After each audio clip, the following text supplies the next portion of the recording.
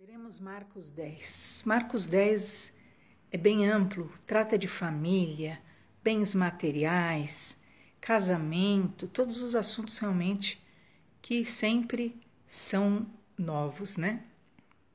Primeiro, os discípulos começam a perguntar se pode repudiar o seu cônjuge, o seu companheiro, né? O que é repudiar? Repudiar é largar, né? É separar, abandonar. E Jesus logo fala que como se o casamento, na verdade, é feito, os dois se tornam uma só carne. Como que simplesmente alguém vai repudiar o outro, largá-lo no meio do caminho, né? O que Deus uniu, que o homem não separe. E o que é Deus unir? Deus unir é o amor unir, porque Deus é amor. E então Jesus fala que quando um casal, né, um abandona o outro, o que vai acontecer? E se casa com outro, essa pessoa comete adultério e leva o outro, na verdade, ao adultério. Então, essa condição de separação por gênio, simplesmente por coisas, né, banais, como o mundo apregoa, Jesus Cristo, de forma bem clara e explícita, mostra que isso é impossível, um largar o outro à beira do caminho, né? E então, Jesus fala que por causa da dureza do coração, no passado faziam isso, mas realmente ele veio para isso, para trazer a sensibilidade, para trazer realmente o sentimento aos corações para tomarem as posturas adequadas. Após Jesus tratar do quesito casamento, Jesus então se encontra com um jovem rico que queria herdar a vida eterna, e ele interroga Jesus: o que seria necessário ele fazer? E Jesus fala: ora, cumpra os mandamentos, né? Não mate, não roube, não adultere, não cobice, né?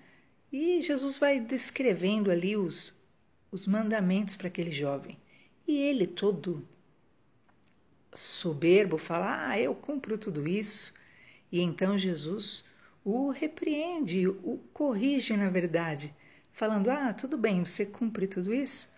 Então faz o seguinte: vende tudo que você tem, dê aos pobres, e assim você acumulará e terá um tesouro no céu. E realmente, a caridade, fazer o bem ao próximo, a doação ao pobre, é algo que traz essa bênção e esse tesouro no céu. Perceba que ninguém é salvo pela lei, né?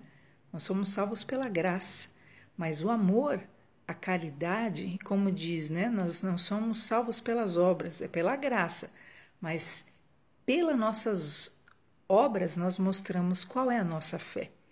E então esse jovem, porque ele era muito cheio de dinheiro, ele prontamente fala: abandona ali a possibilidade de seguir aquele pedido de Jesus. E então Jesus faz uma análise importante sobre aqueles que confiam na riqueza.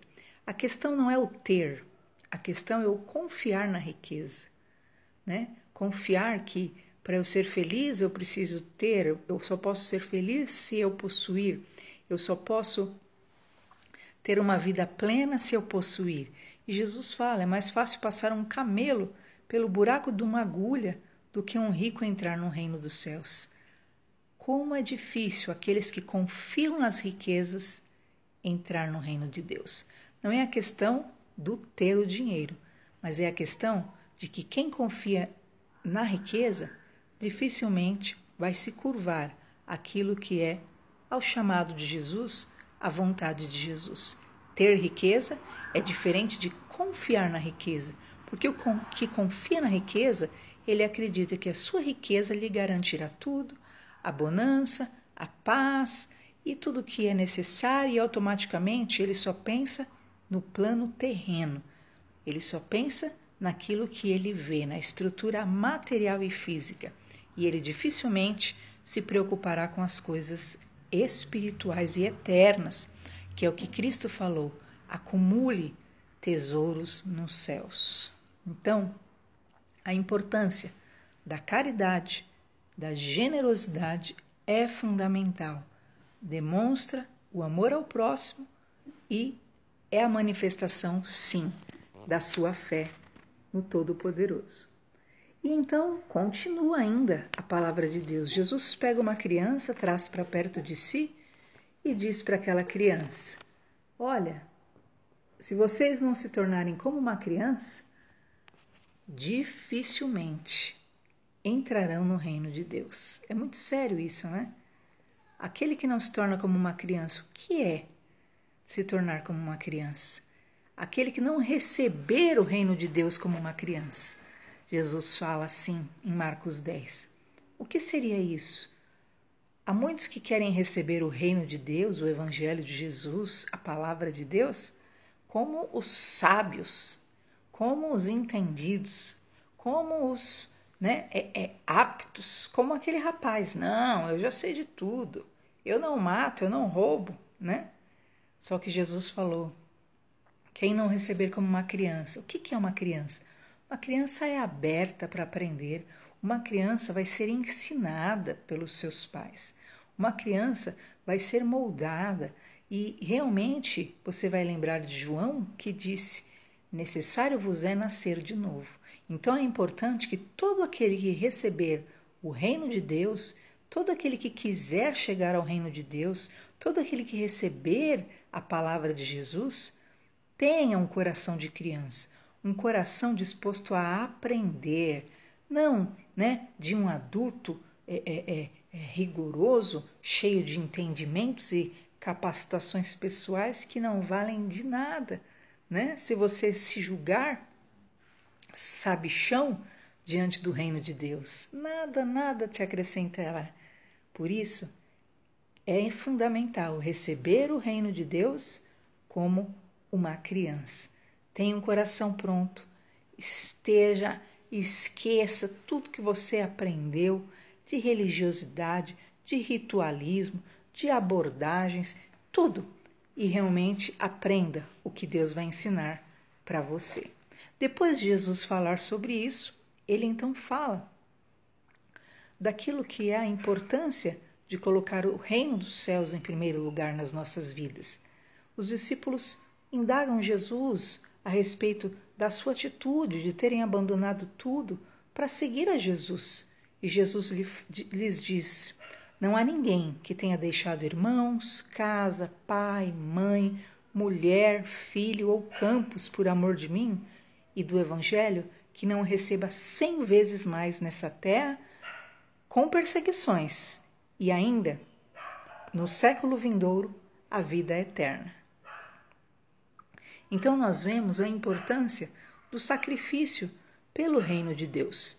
Se houver momentos que realmente exigirá de você uma renúncia, não renuncie à obra, não renuncie ao chamado, mas renuncie a qualquer coisa que te prenda, porque Deus está em primeiro lugar na nossa vida. Perceba que Jesus fala da renúncia de casa, Jesus fala da renúncia de campos, Jesus fala da renúncia de deixar, pai, mãe, filhos, mulher para trás. Por quê? Porque acima de tudo, o chamado de Deus é fundamental nas nossas vidas. Hoje nós não ouvimos mais esse tipo de pregação, Hoje prega-se que você, na verdade, tem que simplesmente reconciliar tudo, Agora, você perceba o seguinte: é possível a conciliação num ambiente de sabedoria, de conhecimento bíblico, mas no caso aonde há incredulidade, oposição à tua fé, diante do chamado, você precisa seguir em frente o teu chamado e não abandonar a fé por causa de pai, de mãe, de filho, de mulher, de bens materiais. Ouça a palavra do Senhor, e essa palavra é absoluta. Guarde a sua fé. Pense que nessa época os judeus sofriam uma pressão violenta para eles de forma alguma se curvarem a Jesus. Imagine se cada um ali, se cada um islâmico hoje em dia, fosse preferir agradar a mãe, agradar o pai, agradar a mulher, agradar um filho. Eles nunca se converteriam e automaticamente não alcançariam a salvação. E isso Jesus está dizendo.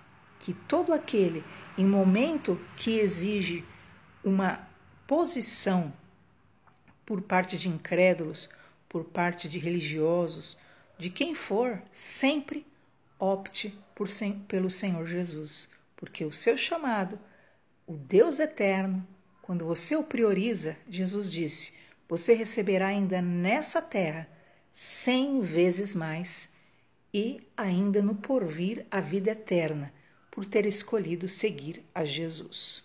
Continua então Jesus caminhando. Jesus então começa a falar sobre a sua morte, sobre a sua condenação, sobre o escárnio que ele sofreria, sobre os cuspes que ele levaria até morrer e ressuscitar. Os discípulos tão alheios, e isso ocorre muito hoje em dia, né? Os discípulos estavam ali do lado de Jesus, Jesus falando que ia morrer, que iam cuspir, que ia ser rejeitado, e de repente os discípulos começam a indagar Jesus, Tiago e João, e começam a pedir para Jesus, olha Jesus, lá na sua glória, faça com que a gente se assente ao teu lado, direito e esquerdo. Queridos, Jesus tinha acabado de falar em morte, rejeição, né? Tinha acabado de falar que ia ser morto, ia ser cuspido, e eles alheios ao que Jesus falava, tão preocupado com posição, lá na glória faz a gente sentar à sua direita e à sua esquerda. Todos os 10 discípulos ficaram indignados com aquilo, né? E muitas vezes ocorre isso. Jesus está falando, e você está alheio a tudo que Jesus está dizendo e está lá com os seus planos, né? Egoístas, egocêntricos e alheios, na verdade, a todo o projeto de Deus. Jesus, então, repreende aquela condição de disputa, porque os discípulos começam a indignar-se, brigar entre si, porque Tiago e João queriam assentar-se à direita e à esquerda do Senhor no reino da glória. E Jesus fala, entendam a diferença do reino de Deus e no reino humano. No reino humano, o poder é para quem ocupar um lugar mais alto. No reino humano, a glória é para o mais forte. Mas no reino espiritual, Jesus combate a disputa e ele fala que quem quiser ser o maior, que seja o menor. Que quem quiser ser o primeiro, seja o último. E quem quiser que sirva a todos. Esse será, sim, considerado grande no reino de Deus, aquele que tem o coração disposto a servir e não ser servido, porque o próprio Jesus não veio para ser servido. Nesse momento, encerra por um instante essa indignação e todos se calam. Aparece então um cego Timeu, gritando. Imagina o cenário, queridos. O cego começa a gritar, Jesus, tem misericórdia de mim! Jesus, tem misericórdia de mim! E todo mundo manda esse cego se calar. Feche a boca, para de gritar. E ele continuava, Jesus, tenha misericórdia de mim, tenha misericórdia. E ele não se calava. E então Jesus, pela perseverança, pela fé daquele homem, manda buscá-lo, pergunta o que ele quer, e ele diz, eu quero ver. E Jesus diz para ele, a tua fé lhe salvou. E ele foi e seguiu a Jesus pelo caminho. Olha que interessante isso, né? A tua fé pode te salvar. Sabe, só você conhece a sua dor. Só você conhece o que você passa. E muitas vezes as pessoas podem, né, querer te calar, querer te silenciar, querer que você desista. Ah, querido, tem uma frase que eu sempre leio e ela diz assim, nunca desista daquilo que você... É a última coisa antes que você pensa antes de dormir e a primeira coisa que você pensa logo ao acordar. né? Então, as situações que querem te fazer desistir, que querem te fazer realmente abrir mão daquilo que te cura, daquilo que te faz bem, daquilo que é a tua resolução. E as vozes vêm, mandam você silenciar, você se calar, mas enquanto seu coração está vivo, enquanto seu coração sente, é porque na verdade você está vivo, então invoque o nome do Senhor. Tenha fé. Jesus disse isso para aquele homem: a tua fé te salvou. E que a tua fé possa te salvar e você não seja mais um, mas você seja alguém que sempre busca no altar de Deus o teu milagre. Alguém que sempre busca no altar de Deus a tua cura, que sempre busca no altar de Deus o impossível. E Deus agirá em nome do Senhor Jesus. Não se cale, mas clame, invoque o nome do Senhor. E o Senhor, sim, há de te abençoar. A tua fé pode te salvar. Não silencie, mas clame em nome de Jesus.